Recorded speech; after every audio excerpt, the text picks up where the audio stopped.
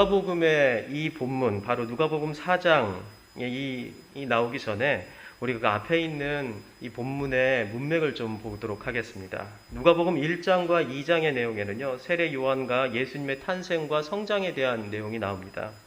그리고 누가복음 3장에는 세례 요한의 사역이 나오죠. 그리고 누가복음 4장은 예수님의 공적인 삶을 기록한 첫 장으로 바로 시작을 합니다. 앞에 1, 2장은 세례 요한과 예수님의 탄생, 성장을 기록한 장이라고 말씀드렸고요. 3장은 세례 요한의 사역에 대한 기록이 나와 있습니다.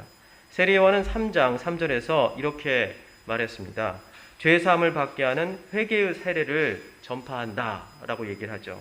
세례 요한은 이사야 선지자가 말한 바를 사람들에게 설교하고 있습니다. 이사야서 40장 3절에 나와 있는 말씀을 인용해가지고 이렇게 얘기하는 것이죠. 선지자 이사야의 책에 쓴 바 광야에서 외치는 자의 소리가 있어 이르되 너희는 주의 길을 준비하라. 그의 오실 길을 곧게 하라. 모든 골짜기가 메어지고 모든 산과 작은 산이 낮아지고 굽은 것이 곧아지고 험한 길이 평탄하여질 것이요 모든 육체가 하나님의 구원하심을 보리라 함과 같으니라. 이게 세례 요한이 바로 이 가르친 가르침이고, 이게 바로 이사야 선지자가 이사야서 40장에서 가르친 내용입니다. 이 말씀에 이 세례 요한이 가르친 이 설교에는 세 가지 핵심 메시지가 있습니다. 첫 번째는 주의 길을 준비한다는 것이죠. 또 두 번째는 평탄하게 한다는 것인데요. 이것은 회복을 의미합니다. 이 누가복음 3장 4절에서 6절을 보면은요, 모든 골짜기가 메어지고 모든 산과 작은 산이 낮아지고 굽은 것이 곧아지고 험한 길이 평탄하여질 것이다 라고 얘기했습니다. 이 길이 원래 이렇게 평평하게 사람들이 갈 수 있는 길이었는데 이것이 울퉁불퉁해져가지고 이게 사람들이 갈 수 없는 길이 되었다는 거죠. 그래서 이 길을 다 낮춰가지고 원래 길을 회복하겠다라는 말을 세례 요한이 하고 있습니다. 이 평탄하게 될 것이라는 말은 회복을 의미합니다. 세 번째 이 말씀의 핵심 메시지는 구원입니다. 그래서 하나님의 구원하심을 보리라 라고 세례 요한이 이 세 가지의 메시지를 여기서 전하고 있는데요. 준비하라는 후에 오실 주인이 지나갈 길을 준비한다는 뜻이죠. 이것은 세례 요한과 그를 따르는 사람들이 해야 할 일입니다. 하지만 이후의 메시지는 그 길을 따라서 오시는 주님이 하실 일입니다. 뭐냐면 평탄과 구원이죠. 주님께서 이곳에 오시면은 모든 땅들이 평탄하여지고 그리고 구원이 이루어진다라고 세례 요한이 이야기합니다. 이 평탄과 구원, 바로 회복과 구원의 메시지에 대해서 말하기 전에 이를 위한 준비 단계가 있었는데요. 이 준비 단계에 대해서 제가 먼저 말씀을 드리겠습니다. 세례 요한은 이 자신의 사명이 주인의 길을 준비하는 것이라고 이야기를 했죠. 이것은 이후에 세례 요한의 메시지와 행동에서 알 수 있습니다. 바로 회개의 세례를 세례 요한은 베풀었죠. 주님의 길을 준비하는 것은 죄를 회개하고 다시는 죄를 짓지 않겠다는 다짐을 다 함께 하는 것입니다. 그래서 세례 요한은 회개의 세례를 베풀고 많은 사람들이 회개의 세례의 자리에 나와서 회개하고 그러면 우리는 어떻게 살까요? 라고 세례 요한에게 물어봤습니다. 하물며 예수님조차도 세례 요한 앞에 나와서 그 회개의 세례에 동참하셨습니다. 이 일이 있고 난 뒤에 누가복음은 예수님의 족보를 기록하고 있습니다. 예수님의 족보를 거슬러 올라가 아담까지 연결되는 족보를 이야기하는데요. 이것은 마태복음과 매우 상반되어 있습니다. 마태복음은 바로 아브라함부터 시작하는 족보를 이야기한다면은 이 누가복음은 아담까지 이어가는 그런 인류의 족보를 이야기를 하죠. 이는 회개의 세례는 단지 유대인의 어떤 민족적인 문제가 아니라 전 인간의 문제, 모든 인류의 문제가 바로 죄라는 사실을 가르치고 있는 것입니다. 이렇게 누가복음은 예수님이 하실 일이 무엇이며 이를 위해 우리가 무엇을 준비하는지 분명하게 알려주는데 그것은 바로 회개의 일을 우리가 준비해야 된다는 것입니다.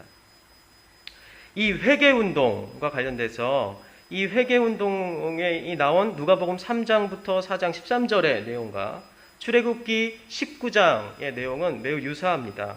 누가복음의 구조를 보면 이스라엘의 이 출애굽하여서 가나안을 들어가기 위해 준비하던 시내산 언약 전후, 그러니까 십계명을 주는 그 언약 전후 19장과 20장, 출애굽기 19장과 20장이 겹칩니다. 출애굽기 20장 이하에서는 시내 광야에서 모세와 이스라엘 백성들이 십계명을 받고 언약을 맺는 장면이 기록되어 있습니다. 그러나 이 장면의 앞에 19장의 내용이 없이는 이 내용을 홀로 우리가 이해할 수가 없어요. 19장 1절에는 이스라엘 백성이 애굽을 탈출하여서 이집트를 탈출하여서 석 달 동안 광야를 지나 시내산 앞에 있는 시내 광야에 도착했다라고 기록하고 있습니다. 그리고 하나님은 이스라엘 백성들에게 그들의 옷을 빨아서 입도록 명령하시죠. 그래서 성결해라 라고 명령합니다. 일종의 회개의 세례의식을 바로 19장에서 십계명을 받기 전에 치른 거예요. 이후에 하나님은 모세를 통해 십계명의 계명 그리고 그 부속 계명을 주게 됩니다. 계명은 십계명을 비롯한 부수 조항으로 이루어져 있고요. 부속 조항 일부가 출애굽기에 기록되어 있습니다. 제사 의식과 절기에 관련된 내용이 또한 레위기에 기록되어 있습니다.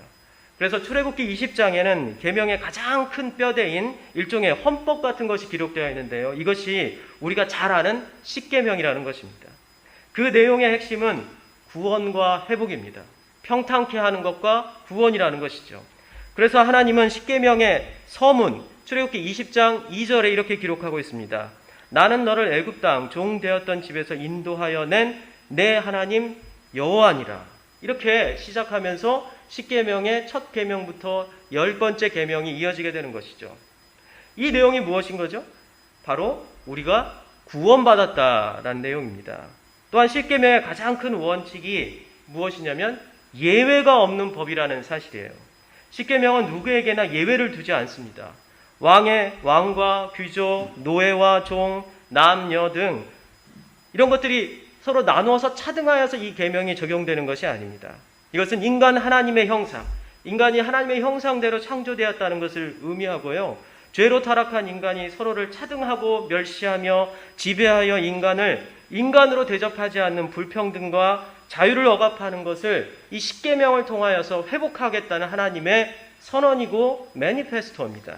그래서 오늘 설교의 제목이 나사렛 매니페스토라고 했는데 이 나사렛 매니페스토는 예수님께서 나사렛이라는 동네, 예수님이 자라난 그 나사렛이라는 동네에 가서 바로 모세에게 하나님께서 주신 그 십계명, 인류에 대한 대헌장, 그 시내산 매니페스토를 다시 한번 재갱신하는 놀라운 일이 그곳에서 벌어지기 때문입니다.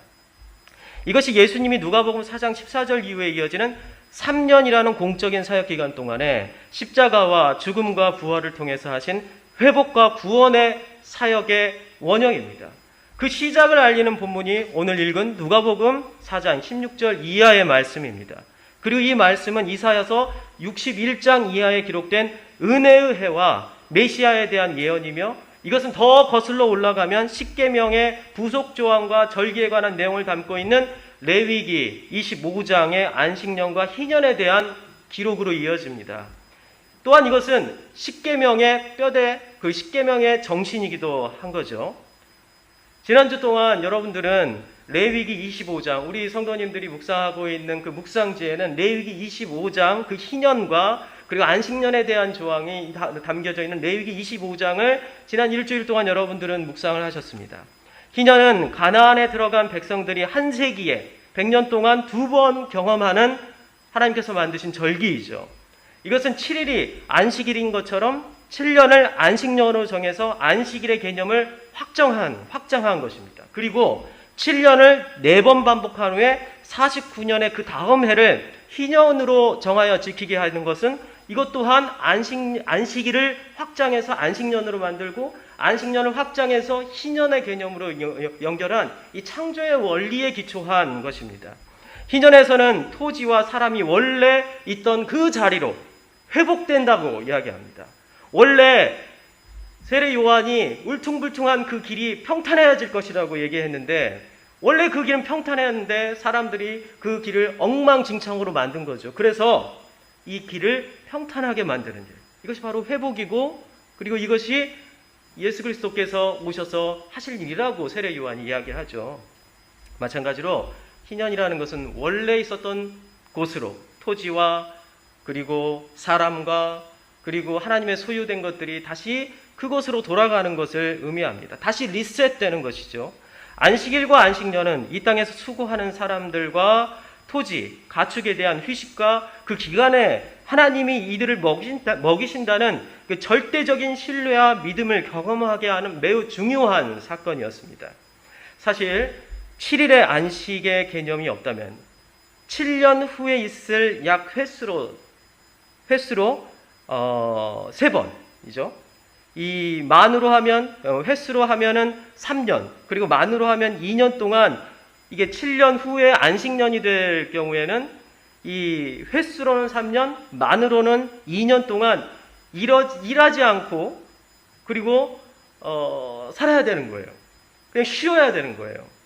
마치 코로나19가 터져가지고 우리가 아무것도 할 수 없는 것처럼 그런 경제적인 불안함을 견뎌야 된다는 것이죠. 더 확장하면 7년의 안식년에 대한 경험이 없이 50년 후에 자신이 잉여로 소유한 자기의 어떤 원래의 소유 말고 더 많은 소유를 가지게 되는데요. 이 소유한 토지와 노동력인 노예를 원래의 상태로 되돌리고 자신과 가족의 힘으로만 일해야 한다는 사실, 이걸 또 받아들여야 돼요. 이게 가능할까요? 더 어려운 것은요, 희년은 노동하지 않는 48년째 안식년 추수 후부터 49년 안식년과 50년 희년으로 이어집니다. 50년 희년에는 안식년과 같이 파종하지 않고 밭에서 자연스럽게 난 것만을 먹어야만 합니다. 그렇다면 횟수로 4년 동안 소출이 없고 만 3년이 지난 후에야 핵곡식을 먹을 수 있다는 의미인데요. 과연 이것이 이 불안과 이 고통을 견뎌낼 수 있을까요? 또한 농사해본 사람은 아는데요. 제가 농사를 많이 지어봤다는 건 아니고 조금 해봤는데 3년 이상 농사를 짓지 않은 농지는요, 다시 이것을 일구려면은 황무지를 일구는 거나 별반 차이가 없습니다. 완전히 풀밭에 자갈밭이 되어 있는 거예요. 그런데 노동력까지 다 돌려보내고 처음부터 농사를 지어야 한다는 것, 그것을 받아들이는 것은 정말 기적적인 일입니다. 이러한 이유로 희년이 과연 역사 속에서 실현되었는지에 대한 많은 의문이 있습니다. 실제로 희년과 관련된 일부 조항이 실현된 것이 기록으로 남아있어요.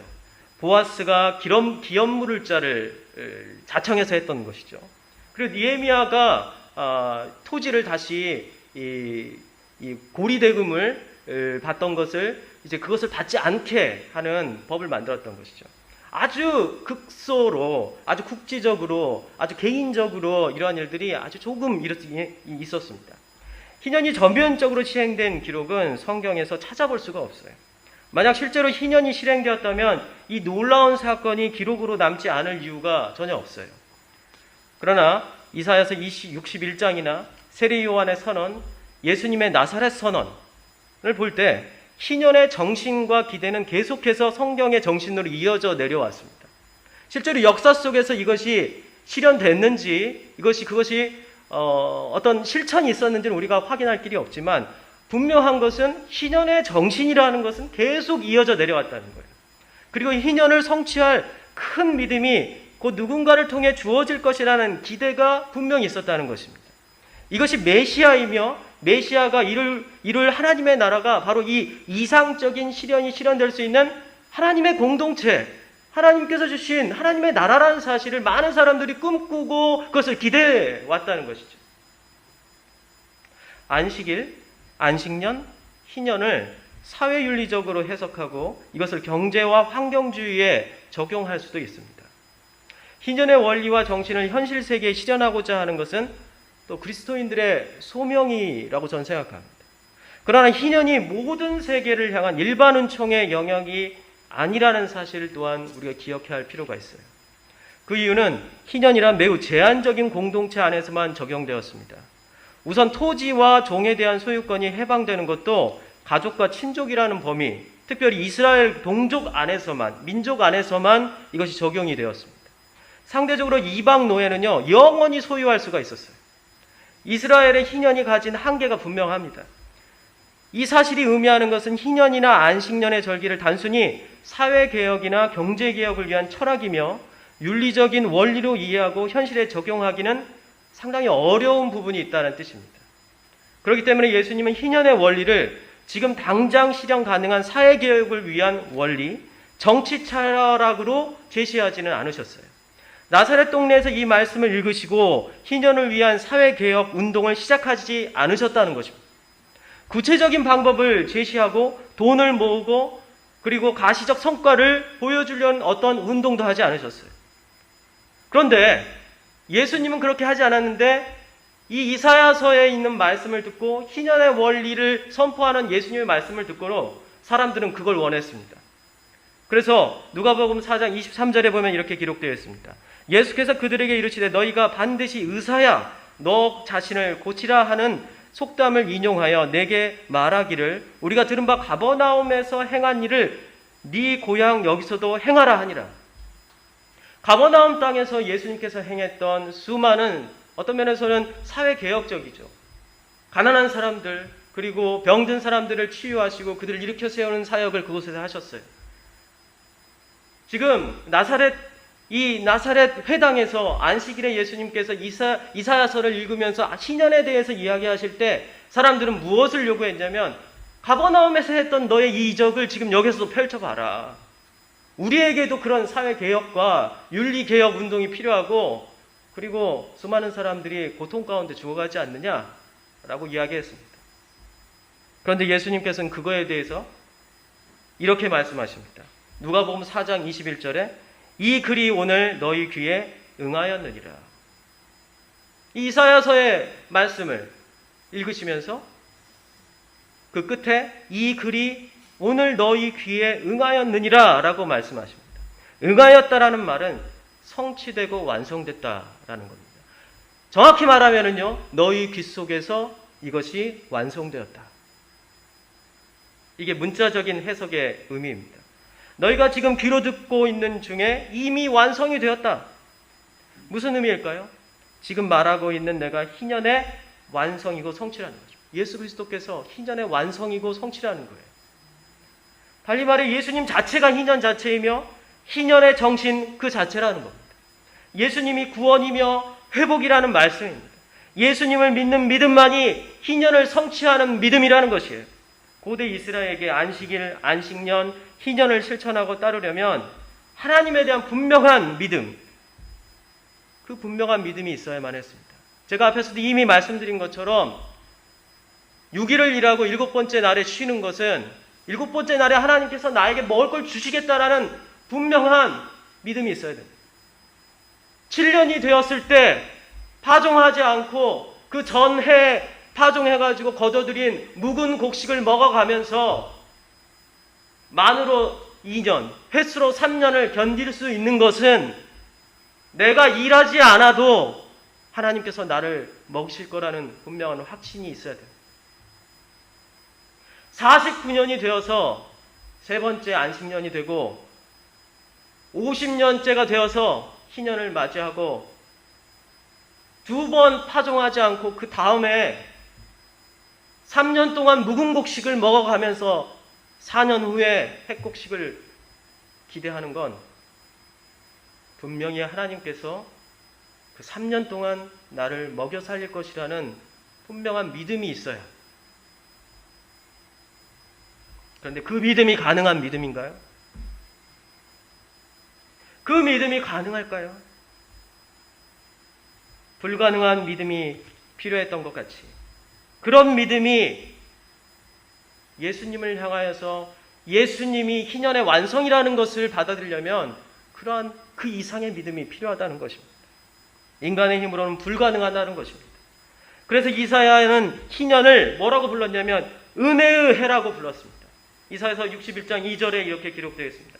여호와의 은혜의 해와 우리 하나님의 보복의 날을 선포하여 모든 슬픈 자를 위로하되. 희년은 단순히 기쁜 날이 아닙니다. 희년은 은혜의 해라는 것이죠. 누가복음 4장 19절에 예수님께서 이 말씀을 인용해서 이렇게 말씀하셨죠. 주의 은혜의 해를 전파하게 하려 하심이라 하였더라. 이스라엘의 희년은 결코 성취될 수 없고 완성될 수 없는 인간이 지킬 수 없는 율법의 극치였습니다. 그 앞에서 모든 인간은 자신의 교만, 탐심, 탐욕, 정욕, 분노, 시기, 나태, 허영과 마주합니다. 하나님을 향한 불신과 마주합니다. 희년은 해방과 회복의 기쁨의 날이지만 하나님을 향해 믿음이 없는 사람들, 그 죄인에게는 심판과 절망의 날입니다. 이사야의 말처럼 보복의 날입니다. 하나님 왜 나를 보복하십니까? 하나님 왜 먹을 걸 주시지 않는 거예요? 저는 믿을 수 없어요. 3년 동안 제가 아무 일도 하지 않고 살라고요? 4년 동안 묵은 곡식을 먹어가면서 하나님께서 언젠가 주실 것 같은 핵곡식을 기다리면서 매일매일 언제 떨어질지 모르는 묵은 곡식을 파먹으면서 살라고요? 하나님을 향한 원망과 하나님을 향한 악독한 말이 쏟아지지 않을 수 없는 환경 가운데서 끝까지 믿음을 붙잡고 살아가라고 하시는 것이 바로 희년의, 그리고 안식년의, 안식일의 의미입니다. 말씀을 여러분들과 함께 나누면서 희년의 성취는 그럼 어떻게 가능할까라는 질문을 하게 됩니다. 희년의 성취에는 두 가지 요소가 필요합니다. 첫째는 철저한 회개입니다. 세례 요한은 회개의 세례를 설교하고 실천하여 희년의 주인이신 예수님의 길을 예비하였습니다. 희년을 따르고 성취하려면 하나님에 대한 절대적인 신뢰와 믿음이 필요하다는 것입니다. 그러나 우리에게 그런 믿음이 있습니까? 우리는 그런 믿음이 없습니다. 우리는 계명을 지킬 만한 믿음이 없습니다. 그러기에 이 믿음 없음에 대한 철저한 회개 없이는 절대로 우리가 원하는 그런 희년은 주어지지 않습니다. 철저한 회개 없는 희년에 대한 사모함은 뭘로 변할까요? 단순히 이상주의에 그칠 것이고, 그 이상이 채워지지 않으면 세상을 향한 분노로서 혁명을 일으키는 것입니다. 예수님이 나사렛에서 선언한 희년 선포는 군중을 분노로 바꾸어서 예수님을 죽이려는 시도로 바뀌었습니다. 예수님이 없는 사회개혁과 윤리실천 운동이 폭력으로 바뀐 것은 우연이 아니었습니다. 역사 속에도 있었습니다. 1, 2차 세계대전 시에 독일의 기독교와 신학은 윤리적인 종교였습니다. 살아계신 하나님과 그리스도의 구원과 예수 그리스도의 역사성을 믿지 않고 종교를, 이 성경을 하나의 윤리 교과서로 따랐던 신학자들과 교회가 메인스트림으로 그들 자리 잡고 있었습니다. 신학자들과 교회의 지도자들은 히틀러가 세계에서 이상적인 윤리를 실천할 수 있는 그런 유일한 지도자, 강력한 지도자라고 생각했습니다. 도덕적 군주라고 생각했어요. 그들이 돌이킬 수 없는 비극을 만든 것입니다. 회개 없이는, 무능을 인정하지 않고서는 희년을 성취할 믿음이 불가능합니다. 만약 이것이 가능하다고 한다면 그는 분명히 히틀러와 같은 잔혹한 폭군이거나 아무것도 하지 않는 허풍쟁이에 불과합니다. 이 희년을 성취하는 데서 두 번째 필요한 게 바로 믿음입니다. 하나님에 대한 절대적인 신뢰와 믿음이 없이는 희년은 우리에게 두려움일 뿐입니다. 이 믿음은 성령이 우리에게 주셔야만 합니다. 성령의 은혜로 믿음을 주셔야 한다는 것입니다. 예수님은 누가복음 4장 1절에서 성령의 충만함을 받아 광야에서 40일 동안 시험을 받으시고 이것을 이기셨다라고 기록하고 있습니다. 우리는 성령의 능력으로 죄를 깨닫고 회개하며 성령의 능력으로 예수님을 믿게 됩니다. 성령으로 충만하지 않으면 우리는 믿을 수 없고 믿음으로 희년을 바라볼 수 없으며 예수님을 통해 성취된 희년을 살아갈 수도 없습니다. 오늘날 희년의 정신을 구현할 믿음을 가진 공동체인 교회가 희년을 통해 성취해야 할 회복과 구원의 메시지를 세상 속에 정말 나타내고 있는 것일까요? 마지막으로 몇 년 전 테니스 대회에서 일어난 일을 여러분과 함께 나누고자 합니다. 2016년 1월 5일 호주의 퍼스에서 열린 호프만컵 테니스 대회에서 레이튼 휘트의 서브가 아슬아슬하게 아웃 판정을 받았습니다. 레이튼 휘트는 두 번째 서브를 준비하고 있었습니다. 휴이트의 상대편 선수였던 잭 sak이 그때 휴이트를 향해서 말합니다. 이거 아웃 아니에요. 심판한테 재심을 요청하세요. 우리는 어떻게 해야 되죠? 아웃됐으면 아웃이라고 인정하고 그것이 설령 인이라 할지라도 그거 아웃이라고 얘기해야죠. 우리는 그렇게 배웁니다. 어떻게든 이겨야 된다고요. 그런데 잭 삭은 상대편의 휴이에게, 상대편에게 이거 아웃 아니에요. 심판한테 재심을 요청하세요. 그걸 보고 어이가 없는 이 상대편 선수는 이렇게, 그래요? 그러자 잭 삭이 말합니다. 맞아요. 빨리 재심을 요청하세요. 어이없는 상황 속에서 선수와 관중들이 웃기 시작했습니다. 어이가 없죠. 그리고 휴잇은 알 수 없다는 표정을 지으며 심판에게 재심을 요청했습니다. 재심은 인이었습니다. 그런데 당시 스코어는 잭 삭이 첫 세트를 5대4로 앞서고 있는 상황이었습니다. 2일 후에 잭 삭은 첫 세트는 7대5로, 두 번째 세트는 6대4로 패배하고 말았습니다. 자신이 이길 수 있는 기회를 놓친 것이죠. 세트 스코어 2대0으로 경기에서 패배한 것입니다. 이후에 한 신문에는 이 경기에 대해서 이렇게 평가를 했습니다. 교과서에 숨어있던 스포츠맨십이 잠시 모습을 드러냈다. 교과서에 숨어있던 스포츠맨십이 잠시 모습을 드러냈다. 저는 여러분들에게, 우리 성도들에게 이렇게 묻고 싶습니다. 회개의 세례를 받고 성령으로 믿음을 은혜로 받은 우리 신자들은 성경이라는 우리의 교과서에 숨어있는 희년 정신을 잠시라도 그 모습을 드러낼 수는 없을까?